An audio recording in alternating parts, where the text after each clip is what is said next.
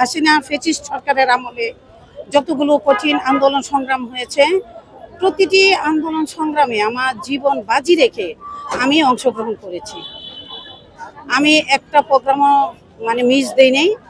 বিশেষ করে 28শে অক্টোবর ওই হাসিনা যখন ওই গ্রেনেডের মতো হামলা করলো, তখন আমি আমার মহিলা দল নিয়ে আমি একটা চশমার দোকানে 3 ঘন্টা শ্বাসরুদ্ধকর পরিবেশে বন্দী ছিলাম।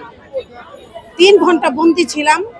সেখান থেকে বের হয়ে আমি দেখি যুদ্ধের ময়দান, কোনো মানুষ নাই, শুধু পুলিশ আর পুলিশ, র্যাব আর র্যাব। তখন আমাকে জিজ্ঞেস করতে চেয়েছে, আমাকে আটকাতে চেয়েছে। আমি কোনো প্রত্যুত্তর না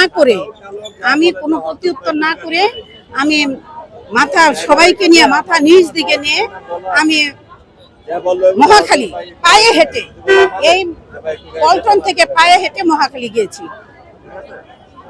এবং হাসিনা বিরোধী যে 5ই আগস্ট যখন হাসিনা পলাতক হলো, 4 আগস্টে আমি আমার ইউনিয়নে, 2টা ইউনিয়নে আমি একাই মহিলা ওই ছাত্রীদেরকে নিয়ে আমি আন্দোলনে অংশগ্রহণ করেছি এবং তাদেরকে বলেছি যে তোমরা সাহস ভেঙো না, আমি পাশে আছি, তোমরা আন্দোলনে থাকো, আমি আছি। আমি তাদের সাথে মিছিলে ছিলাম।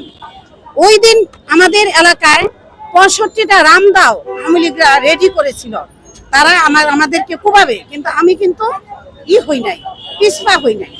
আমি ঠিকই ওই মিছিলে থেকেছি এবং আন্দোলন করেছি।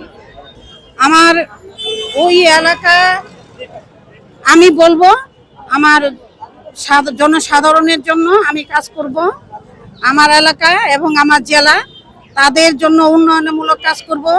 বিশেষ করে নারীদের কিভাবে এগিয়ে নেওয়া যায়, নারীদেরকে কিভাবে প্রতিষ্ঠিত করা যায়, অসহায় নারীদেরকে যেন আমরা এগিয়ে নিয়ে যেতে পারি, তাদেরকে যেন প্রতিষ্ঠিত করতে পারি, এটাই হবে আমার প্রথম কাজ।